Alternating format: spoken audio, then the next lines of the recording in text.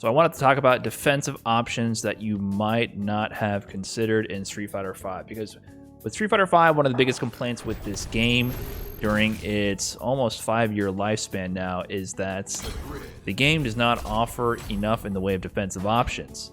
If people say, oh, all you can do is block on wake up or mash 3 frame, and that's about it, right? However, I'm here to say, you know, there's a bit more nuance to it, and there's depth and the lack of options, if you want to put it one way. And I think a lot of people, they look at it in a way where they directly compare to Street Fighter 4, where Street Fighter 4 had a plethora of defensive options. But really what Street Fighter 4 had, it was like an overpowering, over-centralizing mechanic of an invincible backdash, which also coupled with focused backdash gave tons of ways to reset back to neutral under most circumstances. It's a little bit unfair in my opinion to compare it to Street Fighter 4, because Street Fighter 4 had so many ways to go back to neutral. But with Street Fighter 5, you got to do a lot with a little, and I think people will kind of write off how things work in Street Fighter V, and they don't really try to go into the nuance of maximizing the few options you have. Here's a very common sequence from Balrog.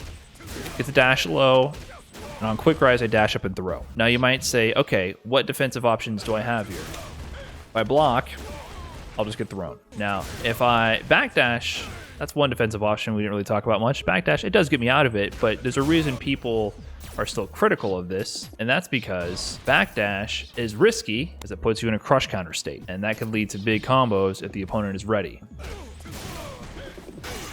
And Balrog can convert off that, right? So people are like, oh, my backdash is not invincible. What can I do here? I have to take the throw. There's nothing I can do. Maybe you think, oh, maybe I'll press my 3 frame on wake up here. Throw's airtight there. It's going to beat your button every time. The button, the meaty is frame tight. It's going to beat you every time and go into an even bigger combo, more damage, more stun than if you had taken the throw, right? So you might feel like you have no options here. Here's an option you might not have considered. Jumping away. When you are mid-screen and you want to avoid the throw situation and avoid the shimmy, jumping away is a great option to beat both those things. Here's one other option we didn't consider, which could happen, right?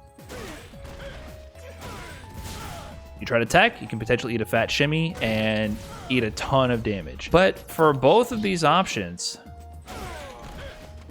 jumping away escapes the shimmy, and jumping away escapes the meaty throw. So you might say, okay, sure, you get away from the throw there, but what if they just go ahead and do that frame trap we saw earlier? They land the meaty. They land the meaty. Aren't I going to get hit? You're not wrong. Let's check that out. Wait a minute. Wait a minute. What happened here? He doesn't really seem to be getting much of a combo. Let's go back to the other option, 3 frame. If I mash a 3 frame, he's going to get a counter hit combo. It's a very common scenario for people to set up these sorts of meaties and frame traps. Press a button, I meaty you, I get my counter hit combo. But if I just try to jumping to escape the situation, they can't do this string anymore. The string I'm doing with Rog right here is jab medium kick. And this does not combo naturally. However, in most circumstances, when I get this knockdown, I'm trying to beat them from mashing buttons on wake up. Now, let's consider what I'd have to do in order to beat the opponent who is holding up back on wake up from this situation. They have to go to light. They have to opt for a weaker combo in order to actually get a conversion. So, if they do the typical counter hit route, you actually block it. You can hold up, back, then block. And that forces them to do some weird stuff like this, which, you know, most Rog players don't do. And it limits the amount of conversion options they have. And they have to hit confirm a lot faster. So sometimes not pressing a button and using an airborne escape option can escape multiple things, and it dictates what strings they have to use in order to hit you. It's just an option I don't think a lot of people consider, because they have to do airtight strings in order to punish you for that. Another circumstance you can look at is tick throw. Right? Like, they might do that. That's pretty common because, you know, that, if I block it out, I'm in there. I'm out. Now, don't get me wrong, there are ways to counter this and punish people severely for doing something like this.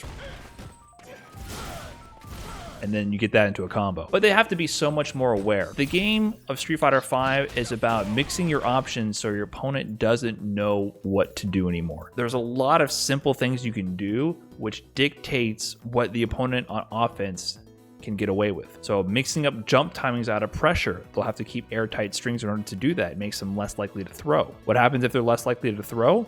You can go back to blocking more. Now blocking beats everything they're going to do. Once they start throwing your blocking, you can mix in, you know, jump away again, backdash. It's just another element of surprise to force your opponent into doing the options that you're willing to take. So I like to use jump back a lot in risky situations, especially if people are working their way out of the corner. A lot of people like to back throw in this situation. I'll just jump back. If they do an airtight string and push me to the right more, fine. At least I'm not going into the corner. You did a low damage combo most likely, and then I avoid going to the corner. So it's a really valuable option there. I also do this a lot mid-screen. Jump back light kick. Now people might remember what jump back tech did back in season 1 and 2, where this would actually tech the throw. That's not what I'm doing here. I'm just committing to jump back light kick. It actually punishes the throw attempt. That'll get a little bit of damage and stun on them. If they're 1 pixel away from dying and they go from the throw, it's the only way to punish an offensive throw tech for a lot of characters. Or it's one option to punish an offensive throw tech. If they're making a pixel comeback and you guess they're going for throw, you'll kill them right then. Obviously, like everything, this has some counterplay. Not something you want to do every single time, but you can definitely catch people off guard with it and forces them to think of more options. There you go. You can, and then you can juggle after that with EX upper. So jump back mid-screen and jump back light kick mid-screen are great for forcing people to adapt their strings. Like you guys are calling out, it's more effective mid-screen than in the corner. However, there are more options in the corner. The Rock has you cornered, he's rushing you down. He could potentially throw you there after that take throw. You got shimmied. You lost half your health. That's basically the worst thing that could happen to you. You don't want that to happen.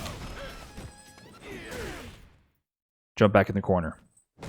I know you guys have seen this one because jump back in the corner is actually a really bad habit of a lot of like diamond level players I noticed because they do it too often. But even the most scrubby options sometimes are the best options other times, and many high level players introduce it because this is the answer to autopilot shimmy. It actually gives you a punish on the shimmy attempt. Now, what better players will do who have trained themselves a lot more is they won't just autopilot the button, right? They'll go here and they'll actually look for the animation of the throw, react to the whiff throw, and do it.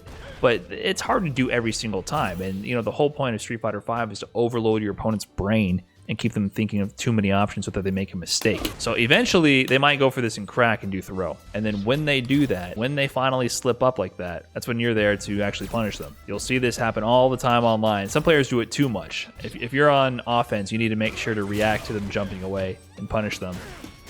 But that's a very good option. If you're a different character than Balrog, jump forward is great depending on the character too. If you have a really good cross up like Guile does, jumping out of the corner is a great option if you guess throw because you'll be at an angle where they can't anti-air you. So that's something you can do with a lot of characters. I'll show a quick example with G. Yeah, people are jumping back in the corner on you. You need to stop your shimmies, like stop being autopilot with them and then just anti-air them over and over. Or go back to airtight strings like I mentioned before. Airtight strings beats people trying to jump out of the corner.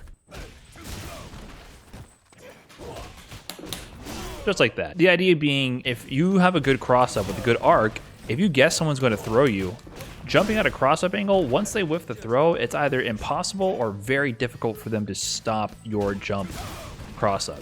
It's going to obviously depend on your character's options and their jump arc and their cross-up and your opponent's anti-air options, but you can mix this in and it forces people to think twice about autopilot throw pressure. Once again, they're going to stop throwing as much or to go for meaties and you can just block out the string. Every time you make them guess incorrectly on offense and turn around on them, it's going to help you in further defensive situations because they're going to think twice about those options in the future. You know, consider going airborne a bit more here and there. Those are definitely good options to avoid autopilot frame traps, avoid autopilot throws, and to get out of the corner from time to time. It's a really underutilized option, and I like to use it a lot, especially mid-screen. Just jump out of there. Avoid the situation. Don't get yourself shimmied over and over in situations you can just jump back. So mix those in and you'll find yourself living a lot longer and getting your opponents a lot more flustered. And that's it. Cut.